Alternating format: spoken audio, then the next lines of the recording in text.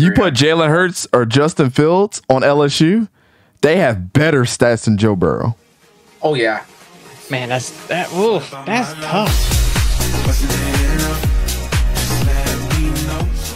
Revisiting the 2019 Heisman class. Ooh.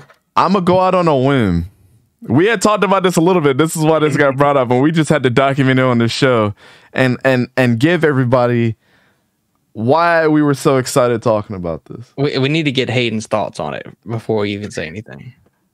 Take Chase Young out of this because I didn't even include him in this conversation. I mean, you can leave him in because he had a great season, but compared to what the other three did, he's not even on the Richter scale. Yeah. But what did you think about the 2019 class? We had Joe Burrow, Justin Fields, Jalen Hurts, and Chase Young, bro.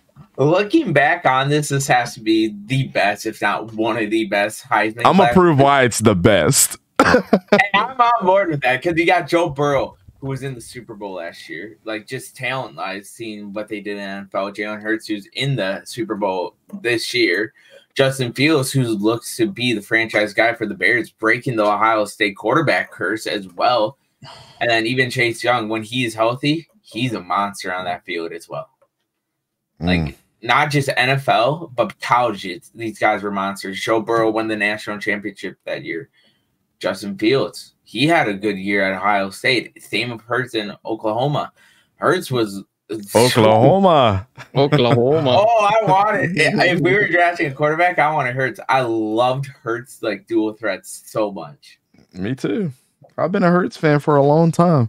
But people are sleeping. So you spit facts though. Rank them 1 through 3. Rank them 1 through 3, and we'll tell you why any one of them could have won. Any one of them could have won easily, but number one, you gotta do Joe Burrow.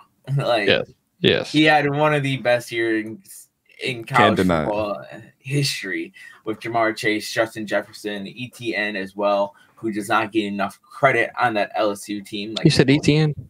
Nah, not ETN.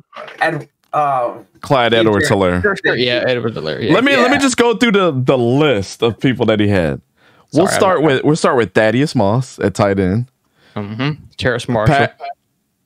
Patrick Queen, Grant Delpit. Yep. Clyde Edwards-Helaire, Jamar Chase, Justin Jefferson, and Joe Burrow. God. And Derek Stingley too. Derek Stingley Jr. too. Oh, that's defense. Oh, hey, he brought up Patrick Queen, so I had to make sure Derek Stingley. Oh, I get excited, bro. Oof. Oh, he had one of the best teams ever assembled. Yeah. So, and then if you had to rank them from there, so you had Joe Burrow number 1. Yeah. Go ahead. Yeah, rank them. Number 2, I'm going Jalen Hurts. Why? That year he had in Oklahoma, it was just amazing. I'm not saying that you're wrong. I just want to see because I think you can rank any one of them at number 1, and then we'll get into why. But go ahead. Yeah. Like him just balling out in Oklahoma when everyone says, "Oh, he was just too a shadow, too injury prone as well," and just dominating. I don't know the stats off the top of my head. Just let me pull it up quick. Oh, I got the stats. Here we go. I got you. All right. I'm not saying you're wrong. Well, look at that. But besides Burrow, 3,851 passing yards as well. 32 passing touchdowns, but he also had 20 rushing touchdowns. 20. No. That's more than Fields. That's way more than Burrow. And it's just crazy. He had a Michael Vick NFL type season. 1,000-yard rushing, almost 4,000 passing. You really don't see that in quarterback, and actually had some good ball control. It's like out of all these guys, he had the most interceptions, but not a gunslinger either. I'm about to blow your mind right now. I'm ready. This is the conversation, and I'll let Fishing back me up on this. We'll start with Justin Fields first. Justin Fields was taken out of about 9 games in the third quarter because they were blowing teams out. Yep. He didn't play a full game most of the time. So these stats are actually deflated a little bit on what he could have because Ryan Day was a hater. But go ahead and tell him. Let's just say that if it was in the SEC when all games mattered, like more seriously, maybe the stats would they would. He was on a trajectory to trump Joe Burrow and Jalen Hurts. Yep. That's how good Justin Fields was. Okay, so with that being said, I'm about to blow your mind. We'll get into Jalen Hurts next. Any one of these quarterbacks had a better season than the last 15 quarterbacks to win the Heisman. Statistically. Mm-hmm. It's incredible. Jalen Hurts, 3,800 yards, 20 touchdowns on the ground, 32 in the air, 1,200. He's 2 yards away from 1,300 yards. Yeah. We would have won a Heisman by himself one year. These are 3 Heisman winners in the same year that would have won at different points in time. And it's taking out Chase Young. And Chase Young was a monster. And he missed like 3 or 4 games that year. And he missed, not only did he miss for that amount of games, but he missed votes because Justin Fields was on the same team. You miss Heisman votes like that. Like, bro, I'll tell you this.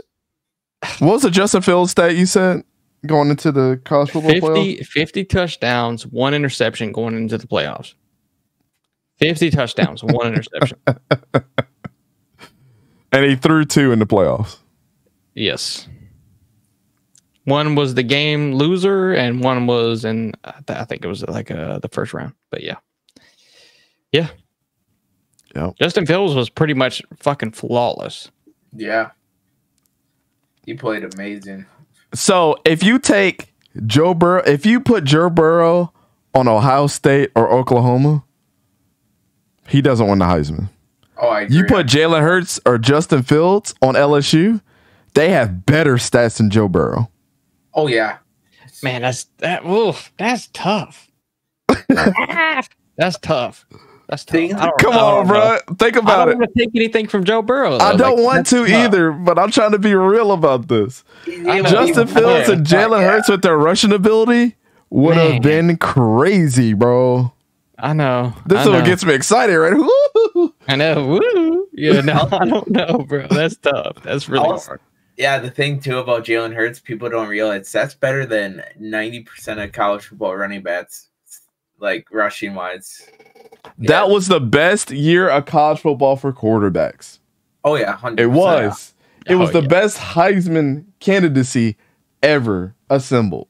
Mm-hmm. It's not even close. Agree. Go back to when Peyton Manning or Ryan Leaf and Charles Woodson was in there.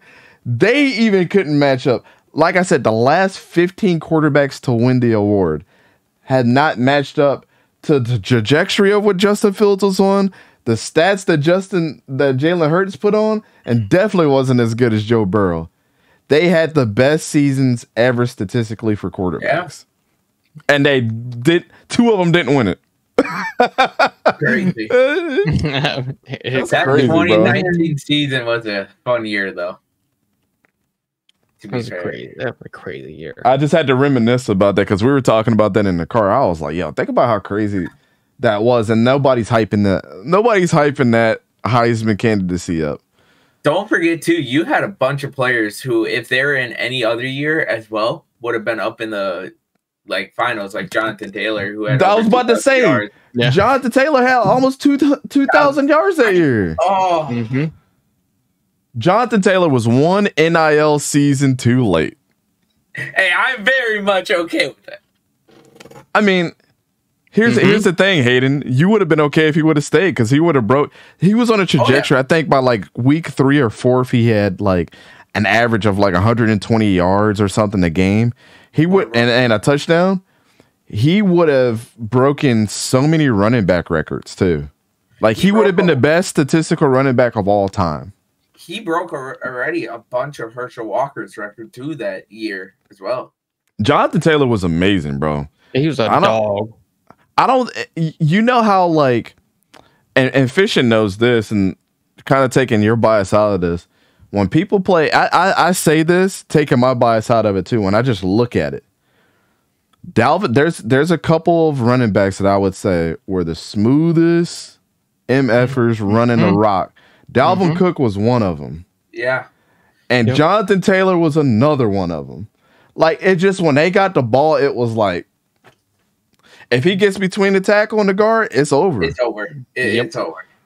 And they were smooth with it. It was like a tight fit glove, yo. I'm telling you. They were that damn good, man. Yeah. No, seriously. Like, Dalvin Cook's one of the best ever. Yeah. And something too about Taylor. His final year in Wisconsin, I went to the Purdue game. We had a whole drive where we just ran the ball for 99 yards. Not even a single pass play. That was all just Taylor. Oh, fun fact, yo. I was at the Syracuse game when he made his first start. Really? And I was at the Syracuse game when he broke the all-time rushing record at Florida State. Wow. Dalvin Cook. Mm-hmm. For real? Nice. Yeah. And that's dope. That's because, me and my wife, she went to Syracuse and played up there. And we go every other year when Florida State plays Syracuse, because it's a tradition that we do. Yeah. And we go up there. Yeah, officially, if you want to go one year, let me know, bro. We get tickets to it every single time. I ain't never been in New York, but hey. Hey, it's cold, but it's fun. It's cold, but it's fun. Yeah. Hey, where's what you're just to be in the dome, bro. Just to say that you've been in the dome too. Facts. Yeah. Her picture's up there when she was at the field hockey team. When they were in the Final Four. Yeah, she's got a picture in the stadium of like all of her and her teammates. Cool. Yeah. Yeah, it's dope, man. But yeah, I was there when he made his first official start for the team, which was against Syracuse, and when he broke the record against Syracuse. It was surreal, bro. I remember recording it. I was like, they got the record, baby. I'll always remember that. But yeah, that was that's a fun one, man.